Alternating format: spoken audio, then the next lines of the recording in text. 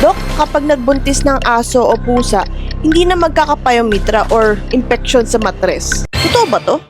Hi guys, Doc Ara here. Yung claim na yon ay hindi totoo. Any intact female dog or cat, or ibig sabihin yung mga hindi pa nakapon na aso at pusa, lahat sila prone magkaroon ng payomitra. Kahit magbuntis man sila or hindi. Bakit? Ang mga aso at pusa natin, wala silang menopausal stage katulad ng mga tao. Tuloy-tuloy ang kanilang heat cycle hanggang sa tumanda sila. To the point na pwede silang magkaroon ng tinatawag na hormonal imbalance. Magkakaroon ng progesterone spike, then magkakaroon ng uterine hyperplasia or pangapal ng uterine wall.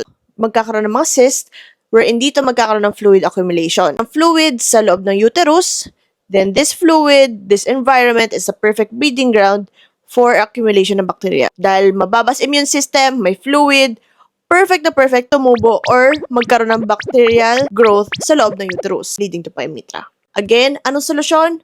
Kapon ang solusyon. Kaya, highly recommended sa kanila na ikapon o yung tinatawag nating spay. So, if you have other concerns regarding your pet, don't forget to consult your veterinarian.